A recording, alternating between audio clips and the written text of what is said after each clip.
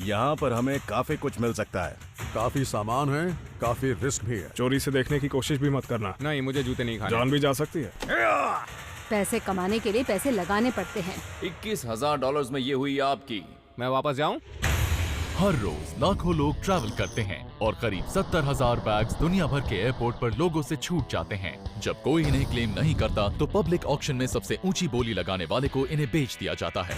Sold sold sold. किस्मत की चाबी इन्हीं सूटकेसेस में छिपी है, लेकिन अगर आपको अमीर बनना है तो रिस्क तो लेना ही पड़ेगा। बिली लेरॉय, फॉर्मर एड एग्जीक्यूटिव, अपनी पहली पेंटिंग $18,000 में बेची। न्यूयॉर्क में इनकी खुद की एंटीक और प्रॉप शॉप है। सही डील करना बच्चों का खेल नहीं है। मार्क मायर, लॉन्ग आइलैंड के एक थ्रिफ्ट शॉप ओनर, 16 साल की उम्र में इन्होंने विंटेज वॉच 10 गुना ज्यादा कीमत पर बेची। मैं एक हसलर हूँ, मैं कुछ भी खरीद और बेच सकता हूँ। लॉरेंस और साली मार्टिन, लॉरेंस एक फॉर्मर एरोस्पेस इंजीनियर है और साली एक MBA। पिछले 20 सालों से LA में ये दोनों एक एंटीक स्टोर चला रहे हैं। तुम्हारे पास कमाल के आइडियाज हैं, लेकिन उन आइडियाज को एग्जीक्यूट करने के लिए तुम्हें मेरी जरूरत है। ये है बैगेज बैटल्स। सोल्ड। चाहे लैंड, सी या एयर हो, हर साल USA में अरबों डॉलर का सामान लाया जाता है, यानी कि हर सेकंड $8 लाख से भी ज्यादा। US के सबसे बड़े सी पोर्ट्स में से एक है न्यूयॉर्क, न्यू जर्सी। 3,200 कंटेनर्स, जिसमें हर एक का वजन 2 कार्स जितना होता है, हर रोज ब्राजील, चाइना और अबू धाबी से न्यूयॉर्क आते हैं। लेकिन हर सामान अपनी फाइनल डेस्टिनेशन तक नहीं पहुंच पाता। जब इंपोर्ट टैक्सेस नहीं दिए जाते या सामान 6 महीने तक क्लेम नहीं किया जाता, तब उसे पब्लिक ऑक्शन में बेच दिया जाता है। ये ऑक्शंस होते हैं सीक्रेट वेयरहाउसेस में, जहां पुलिस ऑफिसर्स सारे सामान की रखवाली करते हैं। बहुत कम ऐसे ऑक्शंस हैं जो पब्लिक के लिए ओपन होते हैं। उनमें से एक है US customs and border protection auction. सबसे बड़ा सी पोर्ट आपको यहाँ न्यू जर्सी में मिलेगा। यहाँ आपको काफी सामान मिल जाता है, लेकिन जितना ज्यादा सामान उतना बड़ा रिस्क। मैं अपने साथ $10,000 लाया हूँ, इतने से काम बन जाना चाहिए। मैंने सोचा है कि मैं बहुत सोच समझकर बोली लगाऊंगा। मेरे पास ज्यादा पैसे तो है नहीं, अभी मैंने ग्रेजुएशन की है। आज मैं अपने साथ $3,000 लेकर आया हूँ। उम्मीद है कि इतने पैसों में मुझे कुछ अच्छा मिल जाए, जिससे कि बढ़िया प्रॉफिट हो। तो हानि, हम लाए हैं आज $3,000। जब तक हमें 3 गुना फायदा ना हो तब तक हम बोली नहीं लगाते हैं। ये सभी ऑक्शंस का बाप है। तो अब जब हम यहाँ पर आ ही गए हैं तो हम पूरा का पूरा फायदा उठाने वाले हैं। ये वेयरहाउस बहुत बड़ा है। इस वेयरहाउस के अंदर बहुत बड़े बड़े बॉक्सेस हैं और मुझे तो ये भी नहीं पता कि इनके अंदर क्या भरा हुआ है। वो कस्टम्स ऑक्शंस में ऐसा सामान होता है जो यहाँ पूरी दुनिया से लाया जाता है, जैसे कि यहाँ पर हो सकती हैं हाई एंड ज्वेलरी या ऐसे आइटम्स जिन्हें रीसेलिंग के लिए इंपोर्ट किया जाता है। यानी कि यहाँ कुछ भी हो सकता है। कहीं से भी हो सकता है। हाँ, कहीं से भी हो सकता है। तुम भी ना। ऐसी चीजें आपको यहाँ हर जगह नजर आ जाएंगी। यानी न्यू जर्सी में। Oh nice. मुझे नहीं पता कि इस बॉक्स में क्या है। देखने से तो कोई भारी सी पीतल की मूर्ति लग रही है, लेकिन पता नहीं चल रहा है। इसको तो शायद कबाड़ में भी बेचें तो इसके कम से कम 300 मिल जाएंगे, लेकिन ये भरी हुई है तो हो सकता है कि मुझे इसके 500 से $1,000 तक मिल जाएं, या फिर उससे ज्यादा भी मिल सकते हैं। ये अच्छी है, मुझे ये साइकिल काफी पसंद आई। ये 20th सेंचुरी की ब्रिटिश साइकिल्स हैं। अगर मुझे अच्छा मुनाफा कमाना है तो सही दाम में इसे खरीदना पड़ेगा। इन तीनों को $100 में लेना पड़ेगा और बाद में मैं किसी हिप्पी को एक साइकिल $500 में बेच दूंगा। आप जो आइटम्स देख रहे हैं उन्हें आप हाथ नहीं लगा सकते और ना ही आप इन्हें चोरी से देखने की कोशिश करें, बहुत प्रॉब्लम हो सकती है। ओके, नहीं, मुझे जूते नहीं खाने। पिटाई की गारंटी है। ये क्या बात हुई यार? अगर मुझे कुछ देखना है या छूना है तो मुझे इससे परमिशन लेनी पड़ेगी कि सर क्या मैं इसे देख सकता हूँ, और उसके बाद ही वो मुझे छूने की परमिशन देगा, जैसे कि मैं कोई छोटा बच्चा हूँ। मैं ये रिंग बैग देखना चाहता हूँ, दिखाएंगे? और इसमें से ज्यादातर ज्वेलरी सब चाइनीज माल है, मुझे तो बिल्कुल भी पसंद नहीं आई। देखने में तो ये मुझे कॉफिन लग रहा है। कुछ वक्त पहले एक खबर आई थी कि ऑक्शन में लोगों को ऐसे ही बॉक्स में एक लाश मिली। जरा सोचिए अगर इसमें लाश हुई तो क्या होगा। मैं तो उसे भी बेच दूंगा। एक सेकंड, ये क्या है? ब्रोंज? ये देखने में पीतल लग रहा है और ये बहुत ज्यादा भारी है। लगता है एक बड़ा सा पौधा है। एशियन आर्ट की LA में इस वक्त काफी डिमांड है। बेवर्ली हिल्स की गैलरी में ये कम से कम $5,000 का बिक जाएगा। और अगर इसे एल सेगेंडो की शॉप पर बेचें तो 1,000 तो मिल ही जाएंगे। इन बॉक्सेस में सारा पर्सनल सामान है। लगता है कोई अपना सारा सामान समंदर के रास्ते भेज रहा था। ये बॉक्सेस कुवैत से आए हैं और इनमें कुछ भी हो सकता है। अगर मुझे इनमें ज्वेलरी मिल गई या फिर कोई डिजाइनर जीन्स जैसा सामान मिल गया तब तो मजा ही आ जाएगा। ये टेप देख रहे हैं, यानी कि ये बॉक्स किसी ने खोला नहीं है, सिर्फ इसके ओनर को ही पता है इस बॉक्स के अंदर क्या है। इसकी ओरिजिनल सील अभी तक है। इस ऑक्शन की एक और खास बात है, वो ये है कि यहाँ बहुत टाइट सिक्योरिटी है। टूटा तो आप ही पैसे भरेंगे। मैं इसे तो रख यही देता कहूंगी हूँ। कि इसे दूर से ही देखो हाँ। हमें। हर जगह पर एक गार्ड खड़ा था और वो बार बार हमें टोक रहा था कि ये मत छुओ, वो मत छुओ। अंगूठा और- काट देंगे। हाँ, अंगूठा काट देंगे, नहीं तो टांगे काट देंगे। देखिए आप फिर छू रहे हैं, आपको sorry. बाहर निकाला गया तो मैं अच्छा, जिम्मेदार ठीक है। नहीं हूँ।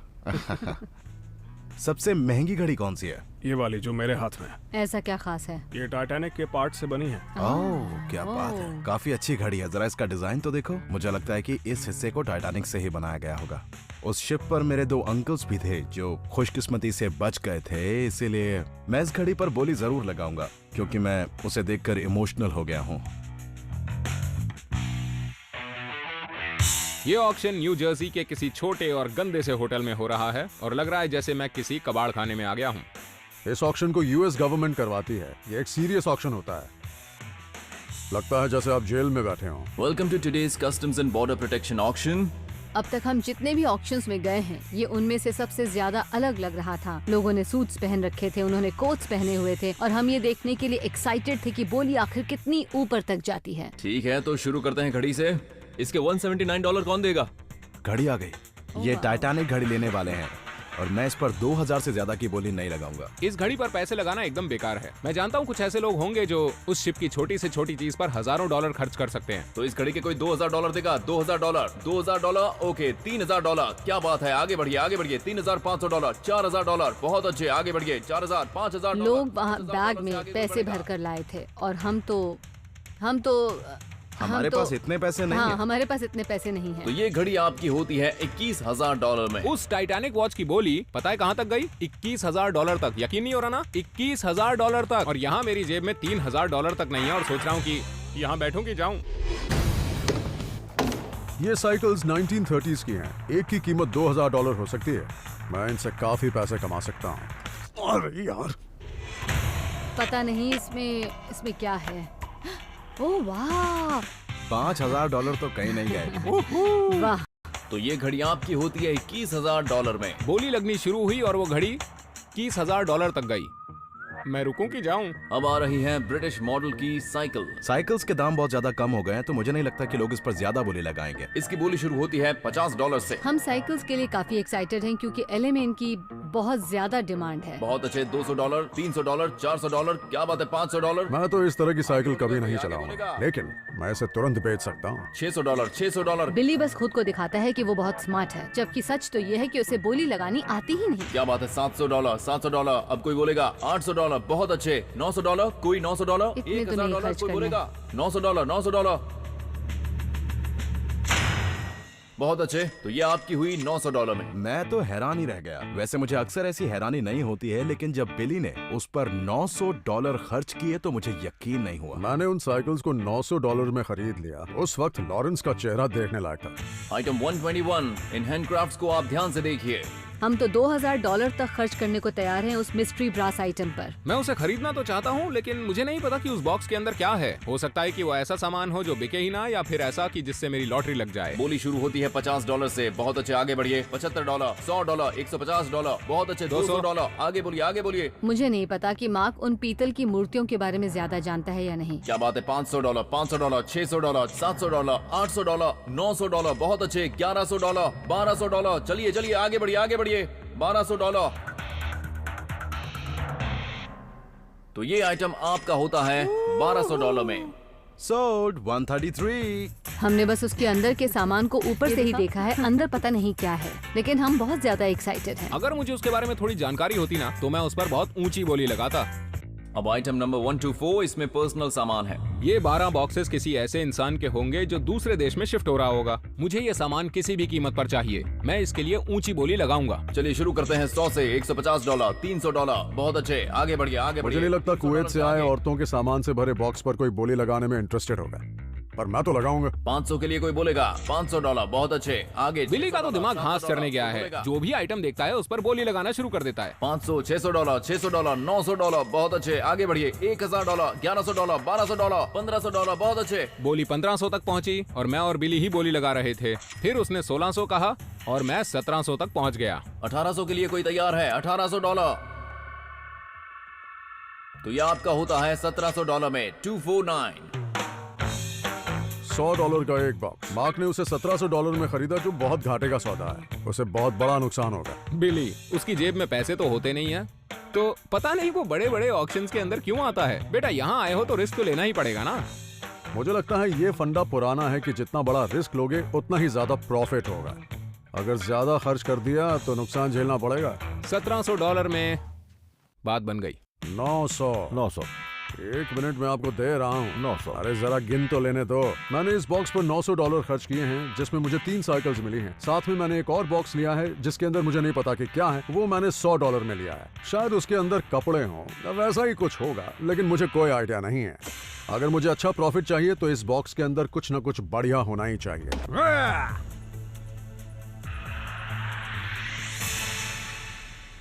कूल। क्या बात है।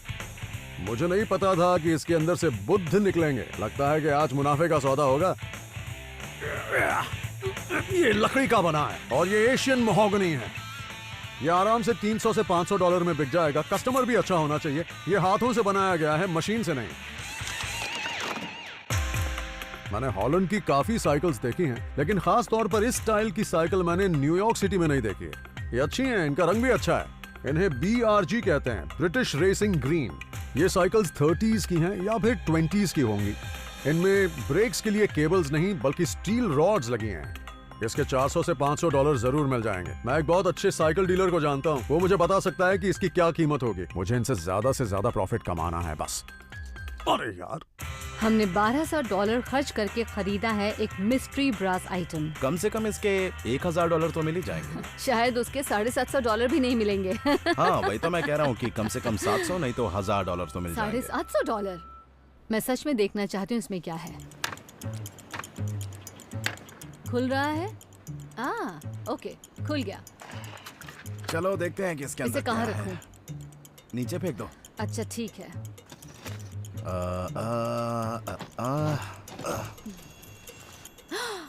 Oh wow! आई होप इसमें कुछ अच्छा हो। निकल पड़ी। नेकलेस है और ब्रेसलेट भी, और वो भी असली। आज तो मेरी लॉटरी लग गई। हम देख रहे हैं इस वक्त मिस्ट्री ब्रास आइटम। ओह वाह, ये अरे वाह, क्या बात है, फैंटास्टिक। मुझे बिल्कुल नहीं पता था कि इसमें ऐसी कोई इतनी खूबसूरत और कमाल की मूर्ति होगी।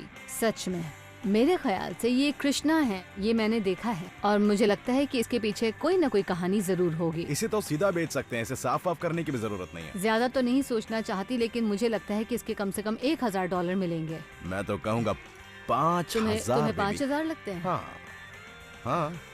इसकी सही कीमत पता लगाने के लिए किसी एक्सपर्ट को दिखाना पड़ेगा। मैंने इन बॉक्सेस पर $1700 खर्च किए हैं, यानी कि हर बॉक्स का मुझे $100 से ज्यादा मिलना चाहिए। हर बॉक्स में कम से कम $200 का सामान होगा ना, तभी जाके मुझे कहीं प्रॉफिट मिलेगा। बेकार है, कुछ भी काम का नहीं है। जैसे ही मैंने पहले 3 बॉक्सेस खोले ना, मुझे तो डिप्रेशन ही हो गया। बेकार है, इसका भी कुछ नहीं मिलेगा। मेरा तो दिल बैठा जा रहा था।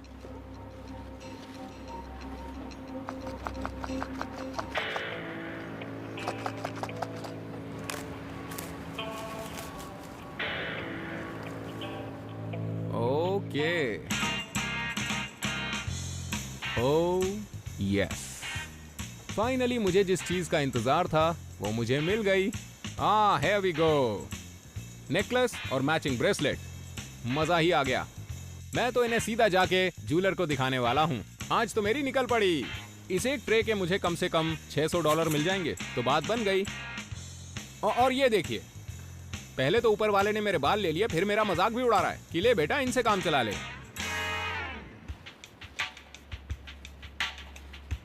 यहाँ पर एक सील्ड पैकेज है और ये देखने में एक्साइटिंग लग रहा है। रोलीफ्लेक्स। मुझे कैमरास के बारे में ज्यादा नहीं पता, शायद इसके 20 से 30 डॉलर मिल जाएंगे, क्या पता। मुझे इसे किसी एक्सपर्ट के पास ले जाना पड़ेगा ताकि वो मुझे इसके बारे में कुछ बता सके। मुझे पुराने कैमरास के बारे में तो क्या, नए कैमरास के बारे में भी नहीं पता। मैंने 3 साइकिल्स के $300 दिए हैं, लेकिन मुझे इनके बारे में ज्यादा नहीं पता, इसलिए मैं एक एक्सपर्ट के पास जा रहा हूँ जो कि मुझे इसकी सही कीमत बता सके। यहाँ पर एक बैज लगा हुआ है जिस पर लिखा है Hercules bicycles and TI cycles of India. ये देखने पर मुझे 3 या 4 साल पुरानी लग रही है। मतलब ये है नहीं, लेकिन दिखने में पुरानी लगती है। हाँ, ऐसा ही समझ लीजिए। एकदम ओरिजिनल डिजाइन है। ये 1910 या 1920 का डिजाइन होगा। ये साइकिल्स इंडिया में बनी हैं। इनका डिजाइन ओल्ड इंग्लिश साइकिल से मिलता है, लेकिन ये नई है। ये साइकिल कितनी रेयर होगी? आपको इस शहर में ये कम ही देखने को मिलेंगी, करीब 70 या 75। ठीक है चार्ली, इस एक साइकिल की क्या कीमत होगी? जिनके पास पैसा है उन्हें काफी पसंद आएगी, या फिर उन लोगों को जो हमेशा कुछ अलग रखना चाहते हैं। इसमें वो बात है जिसे यहाँ न्यूयॉर्क के लोग जरूर खरीदना चाहेंगे। तो मुझे लगता है कि इसके आपको आराम से मिल सकते हैं $500 से $700 या उससे भी ज्यादा। $700? क्या बात है! यानी कि 2 के मुझे $1400 मिल सकते हैं। तो एक मैं रख लूंगा। मतलब मैंने जितना सोचा था उससे कहीं ज्यादा फायदा हुआ है। मतलब ये तो बढ़िया डील थी। मैंने 900 की 3 साइकिल्स खरीदी। इस ऑक्शन में मुझे 3 गुना ज्यादा प्रॉफिट हुआ है। मतलब हर बार न्यू जर्सी आना पड़ेगा। मुझे कैमरास के बारे में कुछ नहीं पता। देखकर तो लगता है कि इसके 20 से 30 डॉलर मिल जाएंगे। मुझे इसे किसी एक्सपर्ट को दिखाना होगा ताकि पता चले कि इसकी असली कीमत क्या होगी। ये है। ये एक रोलीफ्लेक्स कैमरा है। ये एक जर्मन कैमरा है। ये एक मीडियम फॉर्मेट कैमरा है जिसमें 6x6 सेंटीमीटर फिल्म यूज होती है। इसे देखकर लग रहा है कि ये 1950s में बना होगा। रिचर्ड एवेडॉन बहुत ही फेमस फोटोग्राफर थे और वो ऐसा ही कैमरा यूज करते। रिचर्ड एवेडॉन ऐसा ही कैमरा यूज करते थे और वो एक बहुत ही जाने माने फैशन फोटोग्राफर थे। अगर ये उनके लिए ठीक था तो इसकी कीमत जितनी मैंने सोची उससे कहीं ज्यादा होगी। आप इससे काफी अच्छी पिक्चर्स क्लिक कर सकते हैं। नहीं, मुझे तो इससे बस पैसे कमाने हैं, फोटो नहीं खींचनी। अगर ये चलता है तो आपको इसके करीब 800 से $1000 मिल सकते हैं। सच में? जितना मैंने सोचा था ये तो उससे बहुत ज्यादा है। मुझे यकीन ही नहीं हो रहा। मुझे तो लगता था कि इसकी कीमत $50 से ज्यादा नहीं होगी। देखते हैं काम करता है या नहीं। अगर ये रोलीफ्लेक्स चलता है तो मुझे इसकी उम्मीद से ज्यादा कीमत मिलने वाली है। ये मैंने नहीं सोचा था। कोशिश करके देखते हैं। कुछ कह नहीं सकते। अगर ये रोलीफ्लेक्स चलता है तो मुझे इसकी अच्छी खासी कीमत मिल जाएगी, और अगर ये नहीं चलता तब भी कुछ मिल ही जाएगा। ये तो कमाल हो गया। ये शायद खराब है। इसमें थोड़ी गड़बड़ी है, लेकिन ऐसा नहीं है कि ये ठीक नहीं हो सकता। तो इसमें थोड़ा काम लगेगा। क्या बकवास है। लग रहा था जैसे पैसा हाथ को आया और मुंह ना लगा। तो क्या आप इसे ठीक कर सकते हैं? हाँ, कर सकता हूँ, बिल्कुल। ये तो हम दोनों के फायदे की बात है ना। वो ज्वेलरी और जो सारा सामान मैंने ऑक्शन में खरीदा उससे मैं कम से कम $3000 कमाऊंगा। इसमें तुम एकदम साफ नजर आ रहे हो। मैं ऑक्शन में किसी छोटी मछली की तरह हूँ। यहाँ अगर मैं थोड़े से भी पैसे कमा लूँ तो मेरे लिए ये बहुत बड़ी बात होगी। ये पीतल की मूर्ति करीब 180 किलो की है, इसीलिए हमने एक एक्सपर्ट को बुलाया है ये दिखाने के लिए कि आखिर इसकी असली कीमत क्या होगी। Hey guys, अरे यार, कहाँ थे तुम? बहुत ज्यादा ठंड है। कैसे हैं आप? क्या हाल है? हमने इसे $1200 में खरीदा है। अगर किस्मत अच्छी हुई तो आज बहुत प्रॉफिट होगा हमें। वाओ, बहुत ही बढ़िया आइटम है। क्या बात है। तुमने ऐसा कुछ पहले देखा? मैंने ऐसे ही आइटम्स म्यूजियम्स में देखे हैं, बहुत ही सुंदर थे ऐसे ही। वैसे मैं एक बात कह सकता हूँ कि ये कोई एंटीक नहीं है। ऐसे कई फेमस स्टैचूज हैं, ये उन्हीं की एक नकल है। कृष्णा के इस तरह के स्टैचूज पूरी दुनिया में बहुत ज्यादा मशहूर हैं। जब एक बार वो गाय चराने नदी के किनारे गए थे तब उन्होंने वहाँ पर राधा को देखा। तो ये जो खास पेड़ आप देख रहे हैं ये उसी नदी के किनारे पर था। ज्यादातर कृष्ण के साथ राधा भी नजर आएंगी। ये काफी अच्छा पीस है। ये एक कॉपर एलॉय है, ब्रास या ब्रॉन्ज, इन दोनों में से कोई भी मटेरियल हो सकता है। मेरे ख्याल से इसकी कीमत करीब 900 या $1100 के बीच में होनी चाहिए, पर किसी रिटेल शॉप पर बेचें तो आपको इसके करीबन मिलने चाहिए $4,000 से $5,000। मुझे लग ही रहा था। आज मैं बहुत ज्यादा खुश हूँ। मुझे यकीन नहीं हो रहा कि इस आइटम की कीमत 1000 नहीं बल्कि $5000 है, और लॉरेंस का एस्टिमेट फिर से सही हो गया है। Thank you. बता नहीं सकते कि हम कितना खुश हैं। अंदाजा अच्छा था। हम आज न्यू जर्सी से हमारी इन्वेस्टमेंट से 5 गुना ज्यादा कमा के जाएंगे। वो भी मेरी वजह से। मार्क ने एक पुराना कैमरा और टिफनी ज्वेलरी बेची, जिससे उसे $1,300 का मुनाफा हुआ। बिली ने लाफिंग बुद्धा और 3 इंडियन बाइसिकल्स को बेचकर $1,700 का मुनाफा कमाया। वहीं लॉरेंस और सैली ने राधा कृष्ण के एक ब्रास स्टैचू को बेचकर $3,800 का मुनाफा कमाया।